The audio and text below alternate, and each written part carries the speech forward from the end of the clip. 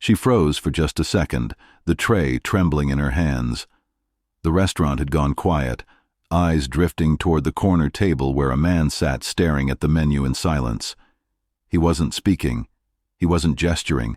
He was just waiting, as if the world had shut him out. Other waiters had passed his table more than once, whispering to each other, pretending not to notice the awkwardness. But when she approached, everything changed. The young black waitress set her tray down, looked directly at the visitor, and raised her hands. With careful, graceful movements, she began to sign. "Hello.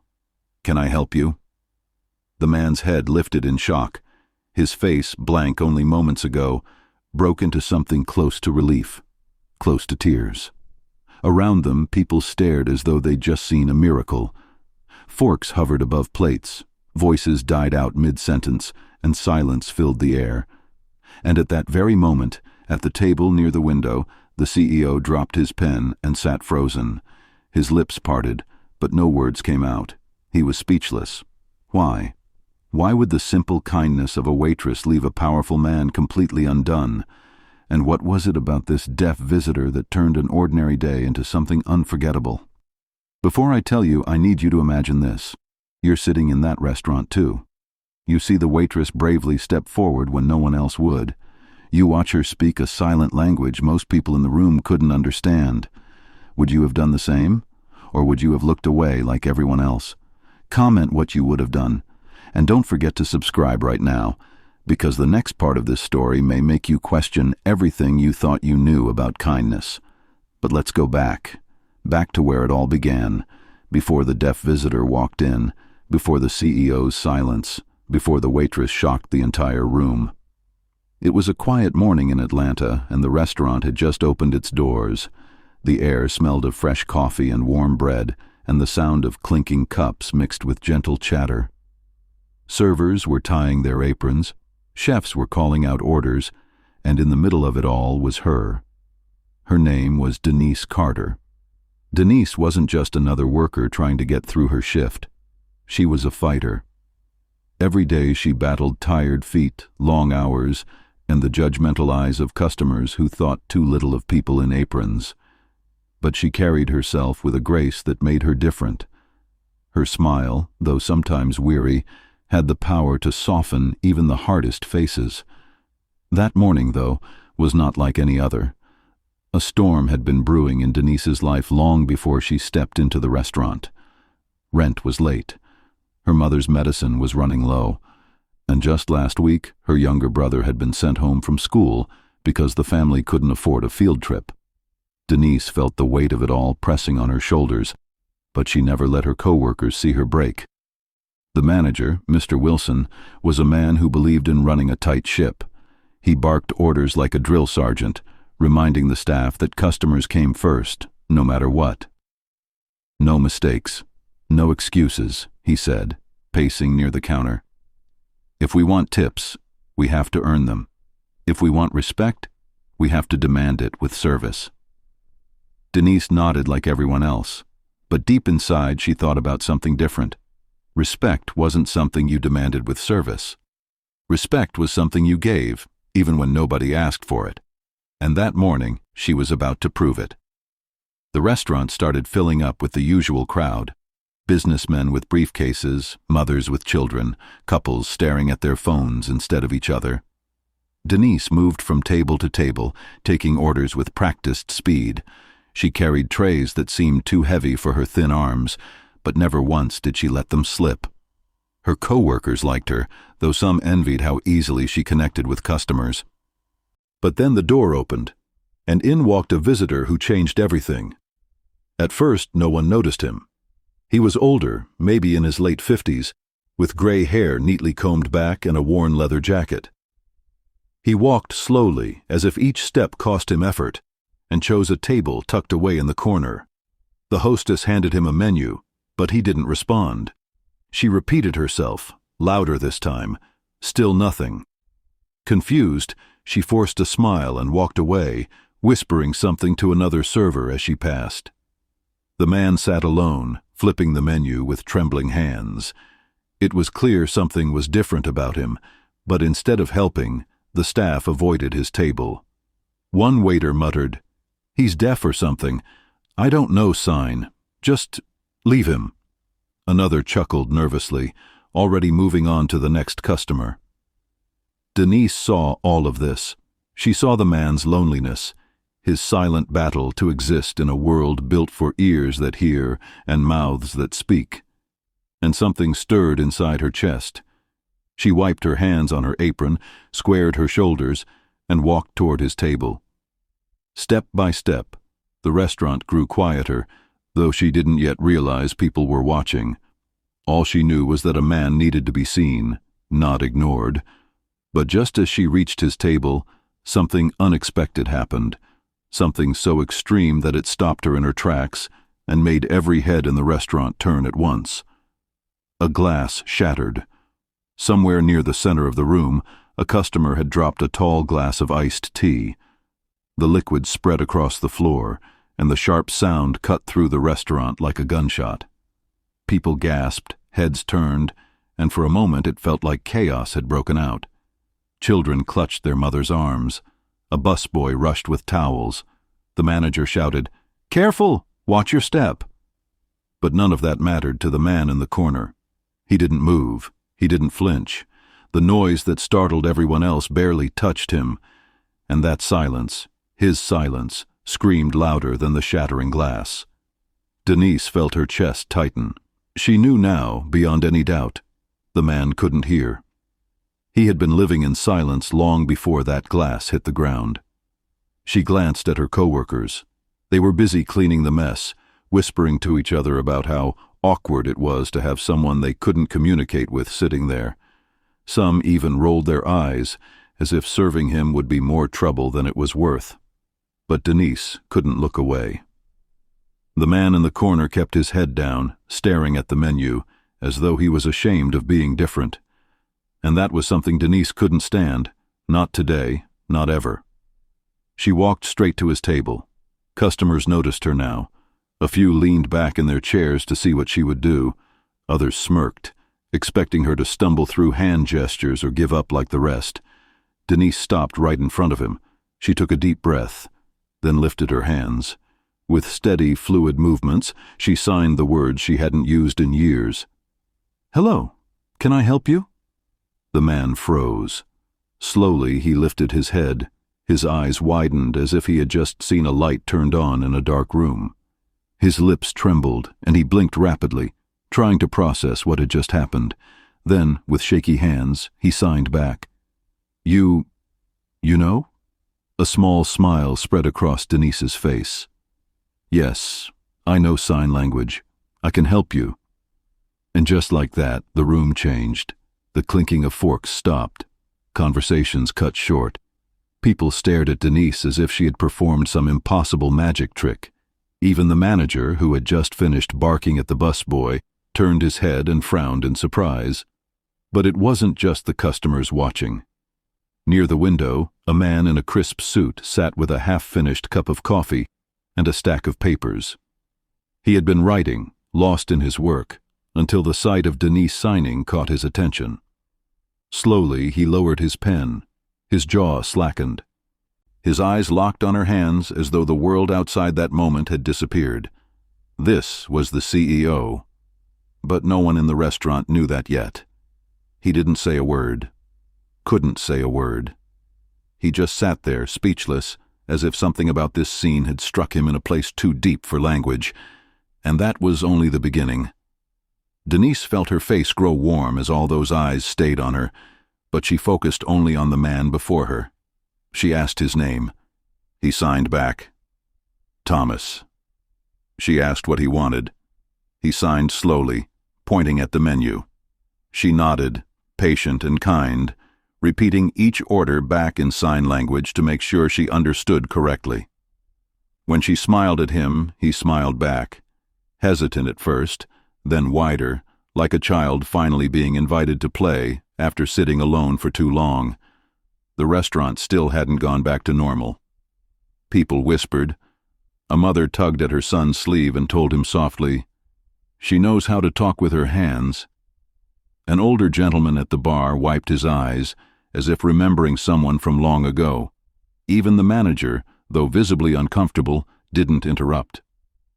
When Denise walked back toward the kitchen, she heard two waitresses whispering. "How does she know that?" one asked.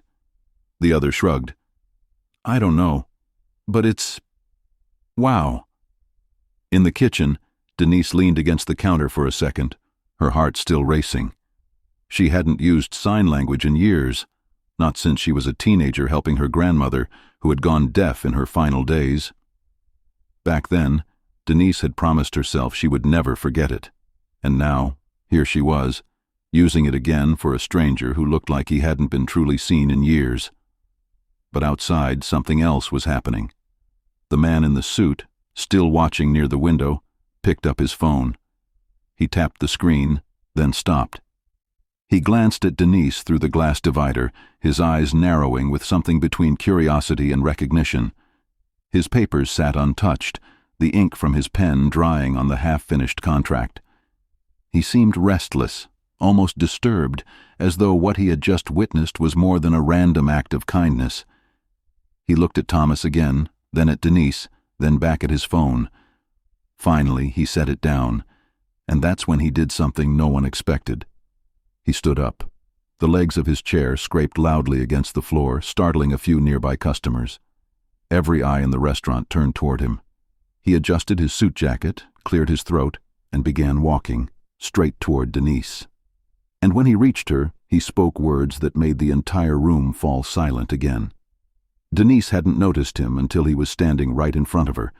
The man in the suit, tall, sharp, commanding, looked like he didn't belong in this neighborhood diner. He carried himself with the quiet authority of someone used to being in charge. His tie was expensive, his shoes polished, his watch gleaming under the fluorescent lights. She blinked, clutching the notepad in her hand, unsure why he had left his table to approach her. Customers almost never did that. "Excuse me," he said, his voice calm but heavy. "That was extraordinary." The kitchen doors swung open behind her, and the smell of frying bacon spilled into the room. Denise forced a polite smile, the kind she gave to any customer, though inside her chest tightened. "Thank you, sir," she said carefully. "I was just helping a guest." But the man didn't move. He looked past her, back toward Thomas, who now sat a little taller, almost glowing with the relief of being understood. Then his eyes returned to Denise, scanning her face, her hands, as if searching for something deeper. "Most people wouldn't have done that," the man said quietly. "They would have walked away." Denise's lips parted slightly, but no words came out. She wasn't used to being noticed like this. She wasn't used to being praised. Finally, she swallowed. "My grandmother taught me sign language," she explained softly. "She lost her hearing later in life. I promised her I'd never forget it." The man studied her, as though that answer was more powerful than she realized. He opened his mouth as if to say more, but before he could, the manager's sharp voice cut across the dining room. "Denise!" She flinched. Mr. Wilson stormed over, his face flushed red. His eyes flicked from the man in the suit to Denise, then to Thomas still waiting at his table. "What are you doing?" he hissed. "You've got 3 other tables waiting for orders. Don't waste time standing around." "I wasn't wasting time," Denise said quickly, her voice steady but low. "He needed help." Mr. Wilson scoffed, his tone mocking. "Help? You're not here to play interpreter. You're here to serve food. Get the order, get it to the kitchen, and move on." The room grew tense again. Some customers shifted uncomfortably in their seats. A mother whispered to her daughter, "That's not fair." The man in the suit narrowed his eyes, but he said nothing, at least not yet. Denise clenched her fists, fighting back the sting in her chest. She wanted to shout, to tell Mr. Wilson that kindness wasn't a waste of time, that every human being deserved to be treated with respect. But she bit her tongue. She needed this job. Rent was already overdue. Still, her silence didn't mean her heart wasn't raging. She turned back toward Thomas, who watched the scene with anxious eyes. His hands trembled, hovering above the table, as if he wanted to sign something but was too afraid to draw more attention. Denise forced a smile for him. She signed quickly. "It's okay. Don't worry." Thomas's shoulders eased slightly. He nodded, though his eyes stayed troubled. The man in the suit tilted his head, observing every detail. The way Denise stood her ground, the way she comforted Thomas despite being scolded, the way she carried herself with dignity even under pressure. His jaw tightened, and his hand curled into a fist at his side. And then, as though the tension wasn't high enough, the front door of the restaurant slammed open. A gust of wind rushed in, scattering napkins across the floor. A teenage boy stumbled inside, panting, his eyes wide with panic. He scanned the room, his voice breaking as he shouted, "Somebody call an ambulance! My dad! He collapsed outside!" The restaurant erupted. Chairs scraped, voices overlapped, people rushed to the windows. A woman screamed. The boy kept shouting, tears streaking down his face. "Please! Somebody help him!" Denise's heart leapt into her throat. Without thinking, she dropped her notepad and sprinted toward the door. Customers gasped as she pushed past them, her apron flying behind her. The man in the suit turned sharply, his eyes widening in shock. Thomas, still at his table, rose halfway to his feet, signing frantically. But no one understood him, and just like that, the calm of the restaurant shattered into chaos. The street outside was chaos. A small crowd had already gathered around the collapsed man lying on the sidewalk. His face was pale, his chest rising only in shallow breaths. The teenage boy knelt beside him, clutching his father's hand, shouting through tears, "Dad, please wake up, please!" Denise dropped to her knees, her apron dusting the concrete. She had no medical training beyond what she'd seen in movies, but she couldn't just stand there. Her hands shook as she pressed 2 fingers against the man's neck, searching desperately for a pulse. For a terrible second she couldn't feel anything. Then, faint, weak, but there, it was. "He's alive," she called out, her voice trembling but loud enough for the crowd. "He's breathing, but barely." A woman in the crowd shouted, "Has anyone called 911? The teenage boy cried out, "I don't have a phone. Somebody, please." "I called already," a man answered, waving his cell in the air. "They're on their way." Denise's heart pounded in her chest. Every second felt like an eternity. She remembered her mother once saying that in moments like this, kindness was the only thing you could offer if you had no training. So she leaned closer to the man, whispering words he might not even hear. "You're not alone, sir. Stay with us. Help is coming." The boy sobbed harder. Denise looked him in the eyes. "What's your name?" "Jason," he choked out. "Jason, listen to me," Denise said firmly, gripping his shoulder. "Your dad is still with us. Don't give up on him. He needs you to stay strong right now, okay?" Jason nodded through tears, clutching his father's hand tighter. Behind them, people whispered. Some recorded on their phones, others just watched, frozen between fear and curiosity. But Denise wasn't thinking about them. She focused only on Jason and his father. Then, through the shifting bodies in the crowd, she noticed someone moving closer, the man in the suit. His polished shoes clicked against the sidewalk as he stepped through, his face tense with urgency. He pulled off his jacket and crouched beside Denise, his expression sharper now, his voice steady. "Move back just a little," he said not unkindly. "I know CPR." Denise froze, startled, but obeyed. The man loosened his tie, positioned his hands on the collapsed man's chest, and began compressions with practiced rhythm. The crowd gasped. Jason clung to his father's arm, sobbing harder. Denise watched, stunned. This man who had been so composed and quiet in the restaurant now pressed life back into a stranger's chest with fierce determination. Sweat glistened on his forehead. His jaw was set. He counted under his breath, steady and precise. 1, 2, 3, 4. Denise felt her throat tighten. Whoever this man was, he wasn't just some customer. Moments stretched like hours. The air was heavy, the sirens still too far away. Denise clenched her fists, whispering silent prayers. The crowd held its breath, and then, suddenly, the collapsed man coughed. His chest jerked. His eyes fluttered open for just a moment before closing again. Jason cried out, "Dad!" Relief rippled through the crowd. Denise gasped, tears pricking her eyes. The man in the suit leaned back slightly, breathing hard but never losing composure. He checked the pulse, nodded firmly, and kept the compression steady. Finally, in the distance, the wail of sirens grew louder.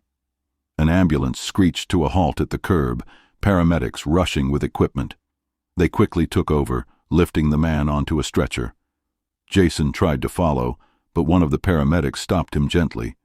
"You can ride with us, son. Come on." The boy turned, his tear-streaked face locking onto Denise. "Thank you," he whispered. His voice cracked, but his eyes were burning with gratitude. Denise managed a weak smile. "Take care of him, Jason. He's going to need you." The ambulance doors slammed shut, and with a scream of tires, it was gone. The crowd slowly dispersed, murmuring about what had just happened. Some shook their heads in disbelief. Others looked at Denise and the suited man with a kind of quiet respect. For a moment, the street grew still again. Denise looked at the man beside her. His white shirt clung to him with sweat, his tie loose around his neck. He stood slowly, slipping his jacket back over his arm. "Thank you," she said softly, her voice still trembling. He met her eyes, his own unreadable. For a moment it looked like he wanted to speak, but instead he just gave a small nod. Together they walked back into the restaurant. The calm of clinking dishes and quiet chatter returned, as though nothing had happened at all. But Denise knew better. Something had shifted. Still catching her breath, she picked up her abandoned notepad from the floor. Her manager's glare burned into her back, but she ignored it. As she glanced around, she noticed Thomas still seated at his table. He had stayed through everything, watching in silence, his hands trembling on the menu. When Denise approached him again, his eyes were wet with tears. He signed slowly. "You helped. Stranger. Like me." Her throat tightened. She signed back, "Because everyone deserves help." Thomas nodded, covering his face for a moment. Denise touched his shoulder lightly, letting him know she understood. For the first time in a long while, she felt proud, not just because she had stood up for someone, but because she had kept her promise, to her grandmother, to herself, and maybe now, to Thomas too. But just as she exhaled, thinking the storm had passed, the man in the suit stood up once more. This time he didn't walk quietly. His voice carried across the restaurant as he called out, loud enough for everyone to hear, "Miss, I need a word with you. Right now." Every head turned again. Denise froze, her heart slamming in her chest. What could he possibly want from her? And why did his voice sound like a command no one dared refuse? The air inside the restaurant seemed to freeze. Forks clinked against plates, then stilled. Even the hum of conversation faded into silence. Every eye turned toward the man in the suit, his voice still echoing in the space. "Miss," he repeated, sharper now, "I need a word with you. Right now." Denise's breath caught. Her hands, still holding her notepad, went clammy. She glanced at Thomas, who looked at her with wide, anxious eyes. Then she glanced at Mr. Wilson, her manager, who raised his brows with a smirk, as if eager to see her scolded by someone else. She forced her legs to move. Step by step she crossed the restaurant toward the man, her shoes tapping softly against the tile. Customers leaned in, whispering. The tension was so thick you could almost taste it. When she finally stopped in front of him, she tried to keep her voice steady. "Sir, is there a problem with your meal?" The man's gaze was intense, almost burning. He lowered his voice now, but it was still sharp enough to cut through her. "No," he said firmly. "The problem isn't with my meal. It's with what I just witnessed." Denise blinked, confused. "What do you mean?" He leaned closer, his words slow and deliberate. I saw you stand up to your manager. I saw you step in for that deaf gentleman when no one else would. And I saw you drop everything to help a boy and his father in the middle of chaos." Her chest tightened, unsure if this was praise or an accusation. "You," he continued, "aren't ordinary. Do you understand that?" Denise shook her head, taken aback. I'm just doing my job, sir." "No," he said flatly, his eyes narrowing. "That wasn't your job. That was character, and character like that. It's rare." For a moment, his words hung in the air between them. Denise felt her cheeks flush. She didn't know what to say. No one had ever spoken to her like this, not with such certainty, not with such weight. Finally, she whispered, "Why does it matter to you?" The man opened his mouth to answer, but then paused. His lips pressed into a thin line. His eyes flicked briefly toward Thomas, then back at her. "It matters more than you think," he said cryptically. Before she could ask what he meant, Mr. Wilson stormed over, his face tight with irritation. "Sir, is this waitress bothering you?" he asked with fake politeness. Denise's stomach dropped. The man's expression darkened instantly. He turned to Mr. Wilson, his voice icy. "Bothering me?" Mr. Wilson chuckled nervously, already backpedaling. "I only mean, if she's wasting your time, I'll make sure it doesn't happen again. She can be over-involved." Denise bit her tongue so hard she almost tasted blood. The humiliation burned inside her, but she stayed silent. The man in the suit straightened to his full height. His voice rose, firm and commanding. This woman just saved a man's life. She treated a deaf customer with dignity when no one else would. And you call that wasting time? The restaurant erupted in murmurs. A few customers even clapped softly, nodding in agreement. Mr. Wilson's face turned scarlet. He stammered, but no words came out. Denise's heart raced. She didn't know what shocked her more, the man defending her so fiercely, or the fact that strangers were applauding her. But just as she began to breathe again, relief washing over her. The restaurant door burst open. 2 police officers walked in, scanning the room. One of them spoke loudly, his voice cutting through the chatter. "Is there a Denise Carter here?" Denise froze. Her stomach lurched. Every head turned toward her.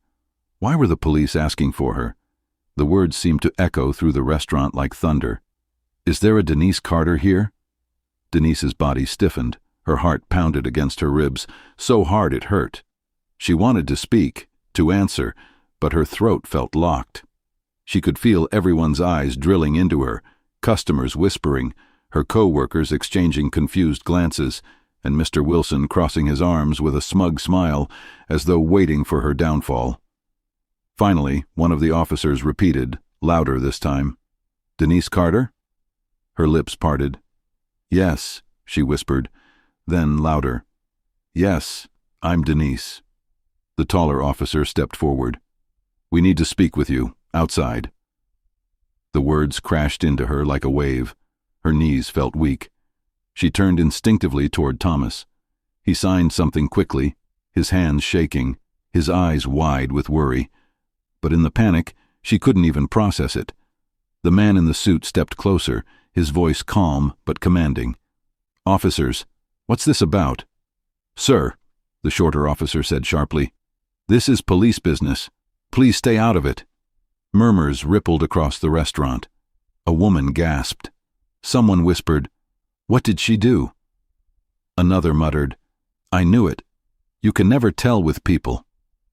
Denise felt her face flush hot with shame. She wanted to disappear, to melt into the floor. She had done nothing wrong, at least nothing she could think of, but the weight of suspicion pressed on her chest all the same.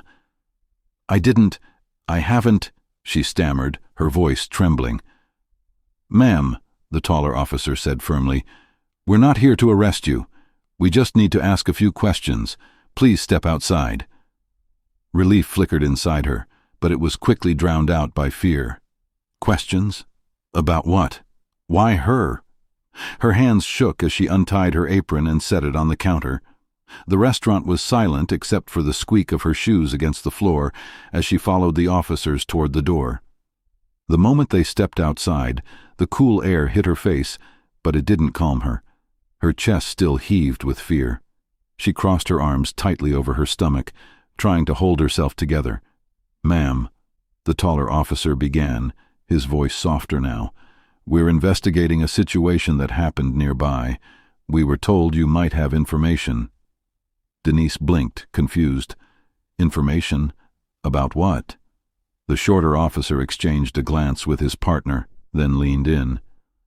"About a man who collapsed earlier. The one you helped." Her eyes widened. "Jason's father?" "Yes," the taller officer said. "We need to know exactly what you saw before the ambulance arrived. Did anyone approach him? Did anyone look suspicious? Anything you noticed could help." Denise felt a wave of relief crash over her. They weren't accusing her. They needed her help. Her shoulders dropped slightly, though her heart still raced. I don't know," she said honestly. "He was just lying there when I came outside. His son was panicking. I checked his pulse, then that man in the suit—" She stopped, realizing she didn't even know his name. "He did CPR until the ambulance came. That's all I know." The officers nodded, jotting notes. "All right," the taller one said. "Thank you, Ms. Carter. If you remember anything else, call us." He handed her a card. Denise took it with trembling fingers. "Will he be okay? The man who collapsed?" The shorter officer hesitated. "We don't know yet." Her stomach sank. She pictured Jason's tear-streaked face, the way he clung to his father's hand. She whispered a silent prayer. The officers gave her one last nod before heading back to their car. She stood on the sidewalk for a moment, staring at the card in her hand. Her heart was still pounding, but slowly it began to steady. She hadn't done anything wrong. She wasn't in trouble. She was just caught in the middle of something much bigger than herself. Taking a shaky breath, she pushed the restaurant door open and stepped back inside. The moment she walked in, conversation stopped again. Every eye returned to her. Her co-workers avoided her gaze, pretending to be busy. Customers stared openly, curiosity written all over their faces. But the man in the suit, he didn't just stare. He rose to his feet and walked directly to her. "You need to sit down," he said firmly. Denise blinked. "What? No, I have tables." "Forget the tables." His voice was steady but urgent. "You've just been questioned by the police. You're shaken. Sit down." Her knees wavered, but her pride pushed back. "I can't just—" "Sit," he repeated, his eyes locking onto hers with such intensity that she obeyed before she realized it. He guided her to a booth near the back. For a moment neither of them spoke. The silence was thick, charged. Finally, Denise whispered, "Who are you?" The man leaned forward, his voice low, his eyes steady. "My name is Richard." Her breath hitched. Something about the way he said it felt heavy, loaded, as if it carried more weight than just a name. And then, before she could ask another question, the front door slammed open again. This time, it wasn't officers. It was Jason. The boy's face was streaked with tears, his eyes wild with panic. He stumbled inside, shouting words that froze Denise's blood cold. "It's my dad. He's gone." The boy's voice shattered the room like glass. "It's my dad. He's gone." The words hung in the air, cruel and heavy, sucking the breath from everyone inside the restaurant. Forks clattered against plates. Someone gasped. Denise felt her whole body go numb. Jason stood in the doorway, his small frame trembling, his chest heaving as sobs tore through him. His face was red and streaked with tears, his fists clenched as if holding onto the world by sheer force. Denise shot to her feet. "Jason!" She rushed across the room, kneeling in front of him. Her hands hovered, uncertain, before gently settling on his shoulders. "What do you mean, gone? Where's your dad?" The boy shook his head violently, tears spilling down his cheeks. They said he didn't make it. At the hospital. He His words broke into hiccuping sobs, the kind that rip through a child and leave them shaking. Denise's throat closed. For a moment, she couldn't breathe. She pulled Jason into her arms, and he collapsed against her, his small body racked with grief. The restaurant had gone utterly silent. Customers sat frozen, unsure whether to look away or watch. Even Mr. Wilson, usually so smug, shifted uncomfortably. Richard, the man in the suit, stood tall, his face unreadable, but his eyes glinting with something sharp. Anger, sadness, maybe both. Denise rocked Jason gently, whispering into his hair, "I'm so sorry, sweetheart. I'm so sorry." The boy's cries filled the space, raw and unfiltered. Each sound seemed to pierce the heart of everyone who heard it. After a few long minutes, Richard stepped closer, his voice quiet but steady. "Denise, let's take him to a booth. He shouldn't be in the middle of the floor like this." Denise nodded quickly, guiding Jason toward a corner booth where he curled against her side, still sobbing. She rubbed his back, her own eyes burning with tears she fought to keep inside. Richard sat across from them, his gaze fixed on the boy. "Jason," he said softly, "listen to me. Right now it feels like your whole world has ended, but you're not alone. Do you understand? You're not alone." Jason looked up, his face blotchy, his eyes filled with despair. "But he was all I had," he choked out. Denise's chest ached. She tightened her arms around him. "You have more than you think," she whispered. The boy clung to her shirt, burying his face. She held him as if she could shield him from the truth itself. The quiet stretched. For once, the restaurant didn't feel like a place of food and chatter. It felt like a sanctuary of grief, where strangers sat in silence, sharing the weight of one boy's heartbreak. But the silence didn't last. From across the room, a man's voice cut through, sharp and dismissive. "What's all this fuss? The kid's making a scene. It's a restaurant, not a daycare." Heads turned. A middle-aged customer in a pressed shirt sat with his arms crossed, scowling. "People lose family every day. Doesn't mean the rest of us have to suffer through the crying." Gasps echoed. Denise's eyes snapped up, fury blazing. She could feel Jason stiffen against her, his little body trembling harder, ashamed now on top of broken. Before she could respond, Richard rose to his feet, slowly, deliberately. His chair scraped the floor, the sound harsh and grating. His eyes locked on the man like steel. "You want to repeat that?" Richard's voice was low, but it vibrated with dangerous energy. The customer sneered. "I said, some of us came here to eat in peace, not—" He didn't finish, because Richard slammed his palm on the table so hard the silverware jumped. The entire restaurant flinched. His voice, no longer calm, rang with authority that could not be ignored. "This boy just lost his father. Show some respect, or you'll regret it." The man in the pressed shirt froze, his smirk vanishing. He muttered something under his breath and looked down at his plate, avoiding Richard's gaze. The room was thick with tension, heavy enough to choke. Everyone stared, waiting to see what Richard would do next. Denise clutched Jason tighter, her heart racing. And then, before the moment could settle, the restaurant door opened again. This time, it wasn't police. It wasn't a customer. It was a woman, her face pale, her hands shaking as she scanned the room. Her voice cracked as she spoke. "Jason? Jason? Honey?" Jason's head jerked up, his eyes widened in shock. "Mom?" he whispered. Jason froze.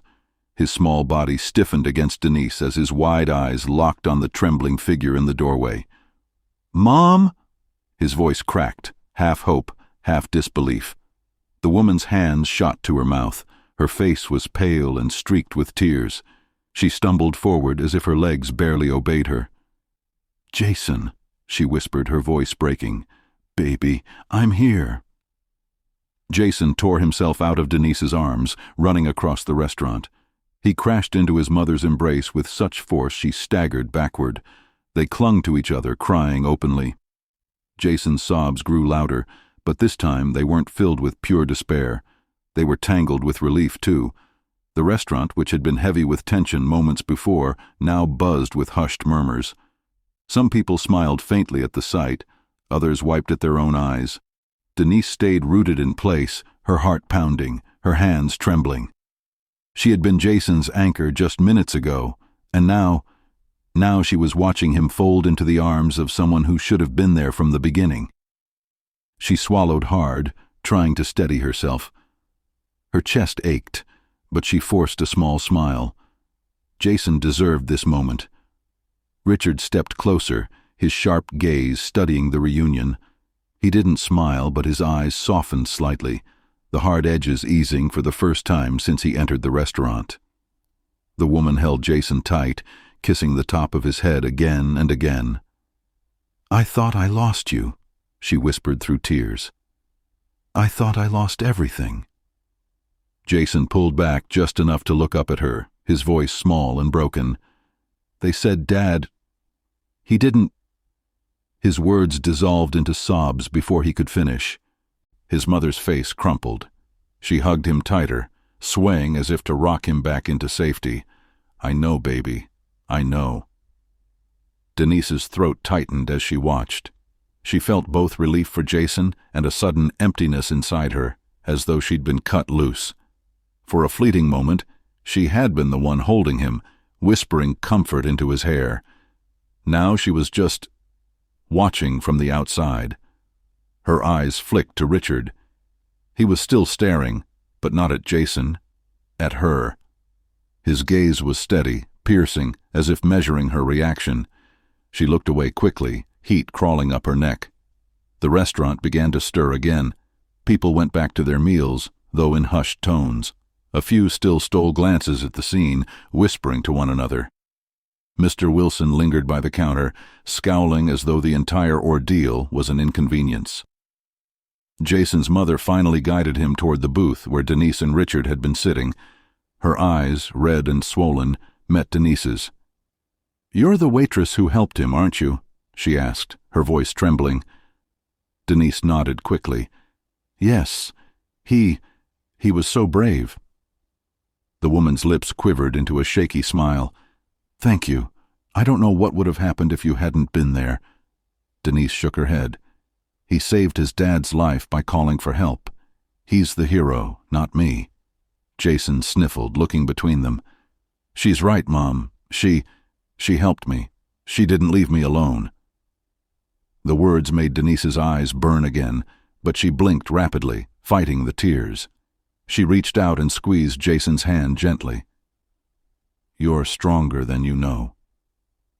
For the first time since walking in, Jason's mother allowed herself a small, fragile laugh. She brushed his hair back from his forehead. "You sound just like him," she whispered.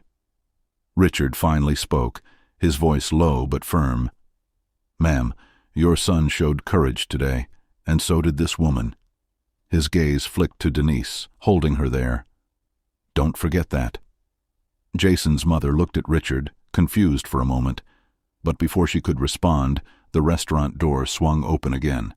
This time it wasn't police, it wasn't grieving family. It was two men in dark coats, their expressions hard, their movements deliberate. They didn't look like customers. They didn't even glance at the menu or the tables. Their eyes went straight to Richard. One of them spoke, his voice carrying across the room. "Sir, we need you to come with us. Now." The room froze. Forks halted mid-air, conversations died instantly, and every gaze locked on the two men in dark coats. Their presence was unmistakable, controlled, deliberate, and commanding. "Sir, we need you to come with us. Now." Their eyes didn't drift. Not to Jason, not to Denise, not to the shocked faces of customers, only Richard. Denise's breath caught. She glanced at him, searching his face for answers, but he remained unnervingly calm. His hands rested on the table, fingers steepled, as if he had been expecting them all along. Jason's mother instinctively pulled her son closer, her arm wrapping protectively around him. The boy's wide, tearful eyes darted between Richard and the strangers. "Who are they?" he whispered. Denise had no answer. She swallowed hard, her pulse quickening. Something about these men felt different from police. Too sharp, too purposeful. Richard stood slowly, smoothing his suit jacket with deliberate care. "Gentlemen," he said evenly, "you've come sooner than I expected." The shorter of the two men stepped closer, his jaw tight. "We're not here for small talk. Let's go." The taller one's gaze flicked around the restaurant, scanning the faces of the curious crowd. "This isn't the place." Richard's lips curved into the faintest smile. "On the contrary, this is exactly the place." A murmur spread through the restaurant. Mr. Wilson leaned forward over the counter, squinting like he was trying to piece it together. Denise's chest tightened. "What's going on?" she whispered. Richard's eyes shifted to her, steady and unreadable. "You'll know soon enough." That answer did nothing to calm her. In fact, it made her stomach knot tighter. Jason tugged at his mother's sleeve, whispering urgently, "Mom, I don't like this. I don't like them." She hugged him closer, her own fear plain on her face. The shorter man reached out, gripping Richard's arm. "We're done here. Move." Richard didn't resist, but his voice cut through the air, sharp and final. "Careful. You don't want to make a scene." The man hesitated, his grip tightening but his eyes narrowing with caution. And then, suddenly, the front window of the restaurant shattered with a deafening crash. Glass sprayed across the floor as customers screamed and ducked under tables. A brick clattered to the ground among the shards. Denise gasped, shielding Jason instinctively. His mother covered him too, both of them shaking. Richard didn't flinch. His eyes flicked to the brick, then to the men in coats. On the brick, scrawled in thick black marker, were 3 chilling words. "We know everything." The brick lay in the center of the shattered glass, the words scrawled across it like a threat carved in fire.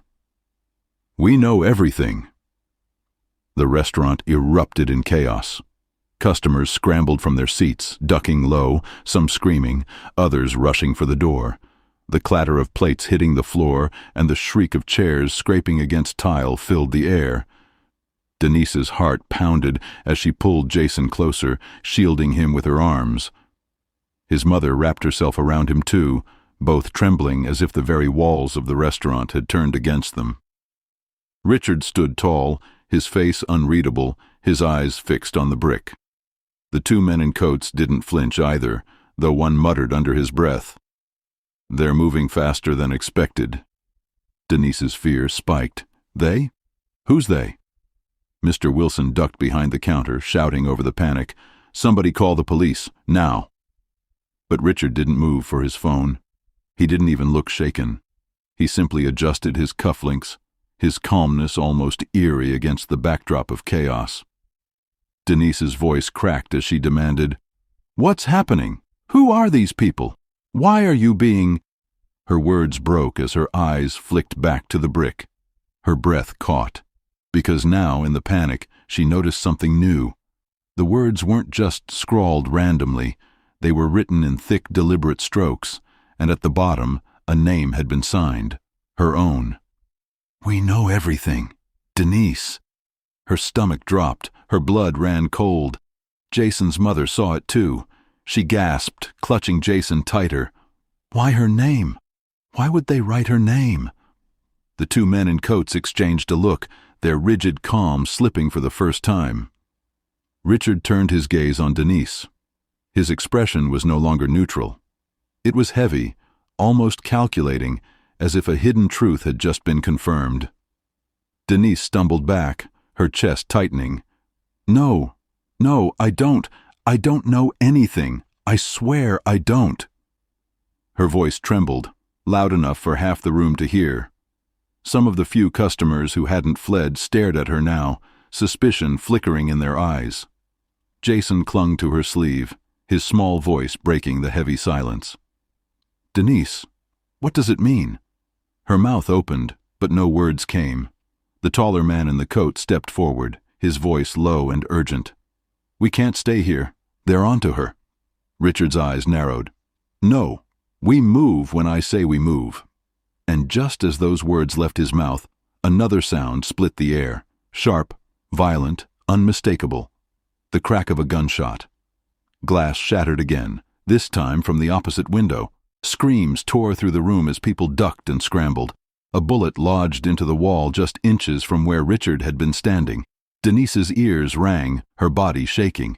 Jason screamed into his mother's arms. The smell of gunpowder stung the air. Richard didn't duck. He didn't even flinch. His eyes turned toward the broken window, his jaw tightening. "They found us," he said grimly. The gunshot's echo still rang in Denise's ears, sharp and metallic, as chaos erupted again inside the restaurant. Customers screamed, ducking under tables, tripping over chairs in their desperate scramble for safety. Plates shattered, silverware clattered, and the air seemed to throb with panic. Jason clung to his mother's side, sobbing into her sleeve. She crouched low, her arms wrapped protectively around him, her own face pale with terror. "Please, someone help us!" she cried out, her voice breaking. Denise's heart hammered against her ribs so violently she thought it might burst. Her breath came in quick, shallow gasps, her hands trembling uncontrollably. She had lived through hardship before, but never gunfire, never threats scrawled with her name. Her mind screamed a single question: why me? Richard, however, remained impossibly steady. His eyes locked on the shattered window where the bullet had pierced, his jaw tight, his stance unwavering. Even the men in coats shifted nervously, glancing around the room, but Richard stood as if carved from stone. "Everyone stay down," he commanded, his voice low but powerful enough to cut through the hysteria. Mr. Wilson's head popped up from behind the counter, his face pale. "Stay down? Are you insane? We need to get out." His words came out shrill, panicked, nothing like the smug man he usually was. "No one moves until I say so," Richard shot back, his tone leaving no room for argument. Denise, crouched near Jason and his mother, felt her throat tighten. "Why are they doing this? Why my name on that brick? I don't understand." Her voice cracked, breaking under the weight of fear. Richard's eyes flicked to her, steady and unblinking. "Because you're involved." The words hit her like another bullet. She shook her head violently, her voice rising. "No, I'm not. I'm a waitress, that's all. I don't know anything."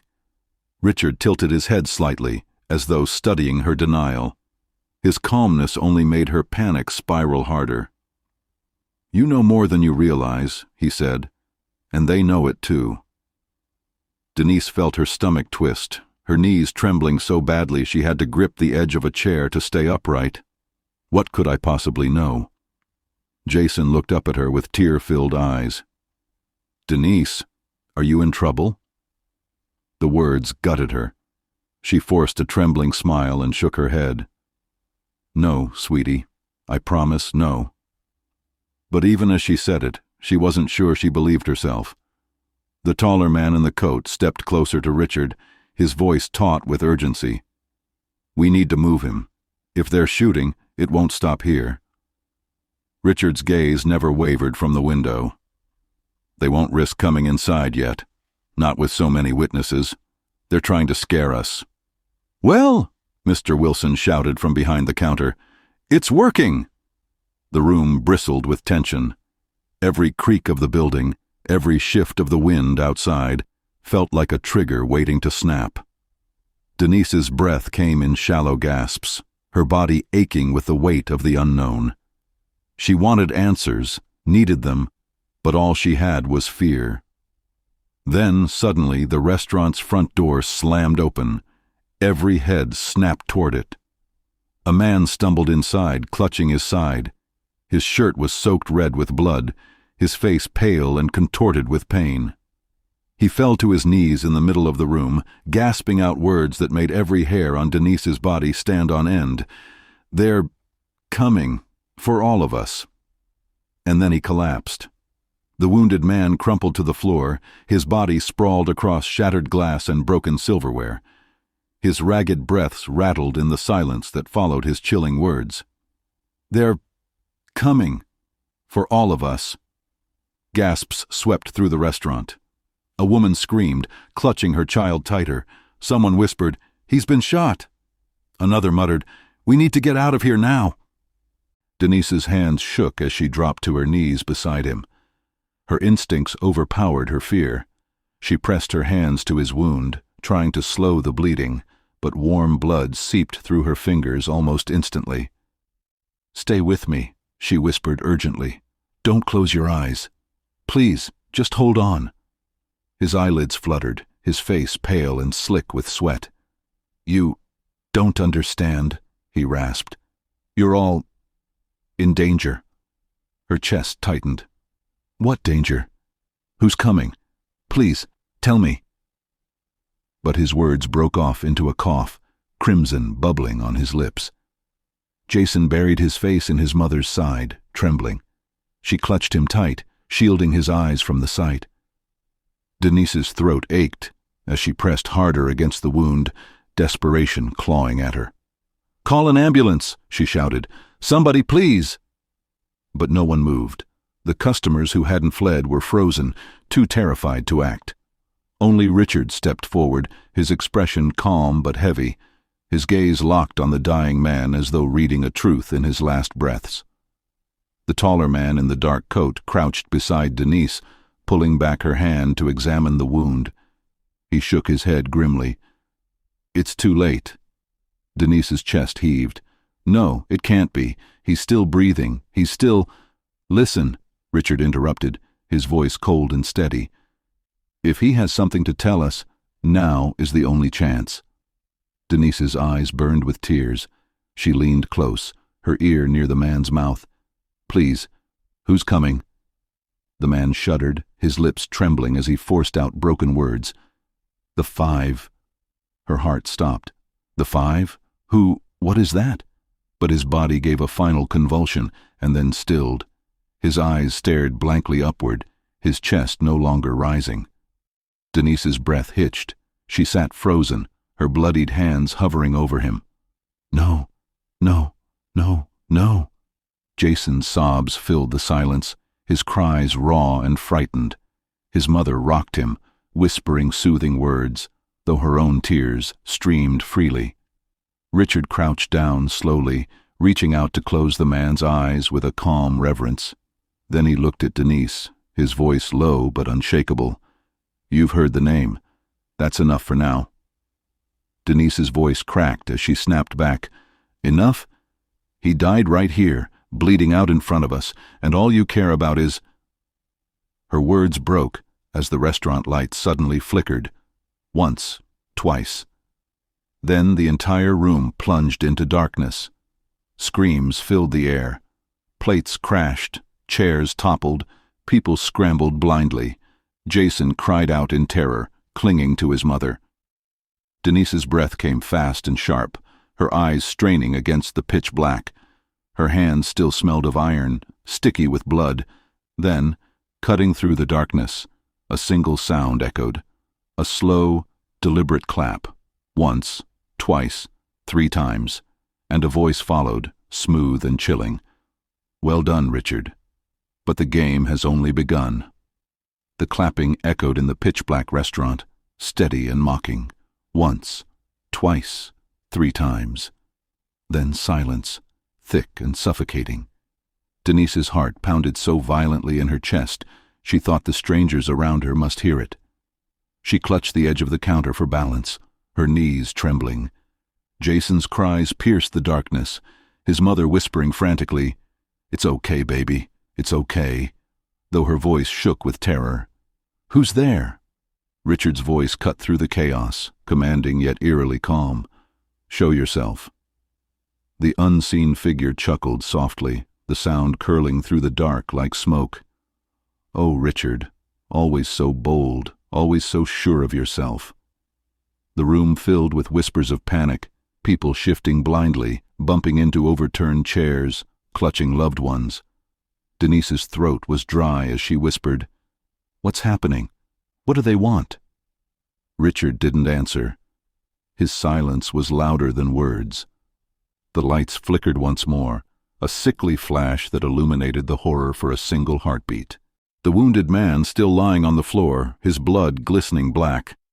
Denise's hands stained red, the fear etched into every face. Then, darkness again. Denise's breathing grew ragged, her mind spun. Who was this voice? How did they know Richard? And what did it mean? The game has only begun. Jason whimpered, tugging at her apron. Denise, I'm scared. She crouched low, wrapping her arms around him. I know, sweetheart. I know. Just stay close to me. Then the voice spoke again, this time closer, so close it seemed to whisper directly into Denise's ear.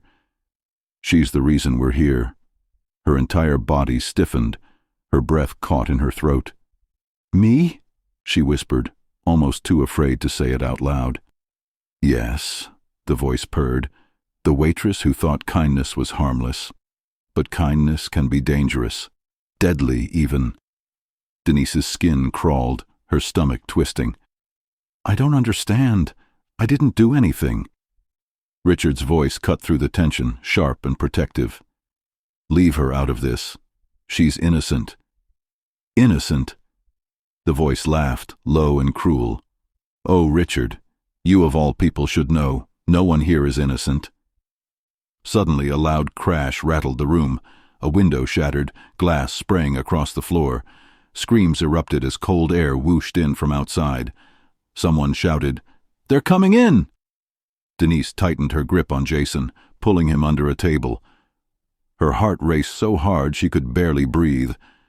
Then, as if to confirm the terror, a red flare burst through the broken window, landing in the middle of the restaurant. Its eerie glow lit up the room in crimson, casting long, monstrous shadows across the walls. And in that blood-red light, Denise saw them, 5 hooded figures standing outside the broken window, their faces hidden, their presence suffocating. The 5. The very name the dying man had spoken with his last breath. They didn't move. They just stood there, watching, waiting. The room fell into a stunned silence, the flare crackling at their feet. Then, as Denise's breath caught in her throat, one of the hooded figures raised a hand slowly and pointed directly at her. The flare's crimson glow painted the restaurant in eerie red, every face frozen in fear, every shadow stretched into something monstrous. And outside the shattered window, the hooded figure's hand remained fixed, its finger pointing directly at Denise. Her breath stopped in her chest. Her knees weakened as Jason clung to her arm. Why are they looking at you? He whispered, his small voice trembling. I don't know, she stammered, though her heart hammered with a terror that said otherwise. Richard moved swiftly, stepping in front of her. Enough! His voice roared through the restaurant. She has nothing to do with this. If it's me you want, take me. But the 5 didn't answer. They didn't need to. Their silence was heavier than words. The tallest of them raised both hands, signaling, and then, with a slow, deliberate motion, they pulled back their hoods. The crowd gasped.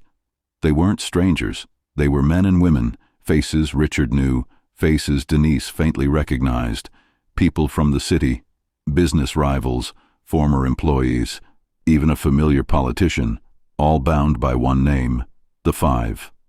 The wounded man's words echoed in Denise's mind. They're coming for all of us. The leader stepped forward, his face lit by the burning flare, his eyes fixed on Richard. You thought you could hide from us forever, but your mistake was her. He pointed at Denise again, because she reminded you of who you used to be. Denise's lips parted, confusion flooding her.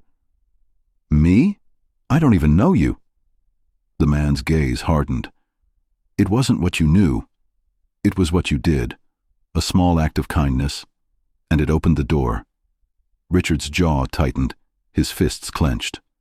For the first time, Denise saw cracks in his calm. His voice was low, rough. She's not part of your war. Leave her out of this. The leader sneered. You trained us to never leave loose ends, Richard. You of all people should remember that. Denise's mind reeled. Richard trained them. The room seemed to tilt. She had saved a deaf man with sign language. She had served food with a smile. She had shown compassion.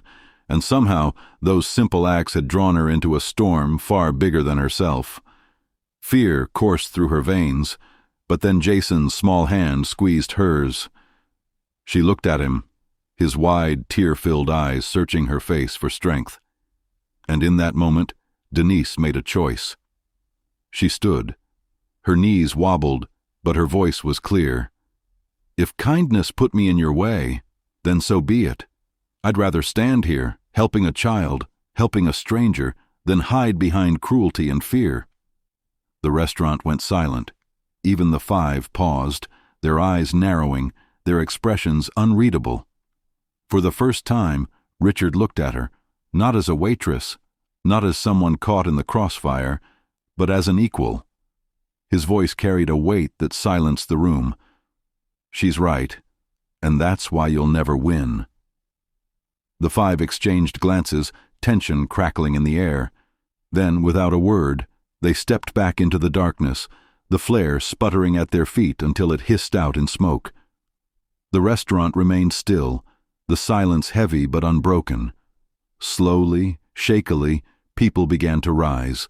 Mothers clutched their children, customers held each other, and Denise stood there, her bloodied hands trembling, her chest heaving, but her head held high. Jason looked up at her, his voice small but steady. "You were brave." She knelt, hugging him tight. Tears filled her eyes, but a faint smile touched her lips. "No, sweetheart, I was just kind. And sometimes, kindness is the bravest thing of all." The night remained thick with questions. Who were the five, really? What did Richard truly hide? And why had Denise been thrust into their storm? But one thing was clear. The story wasn't over. Not for Denise, not for Richard, and not for the five.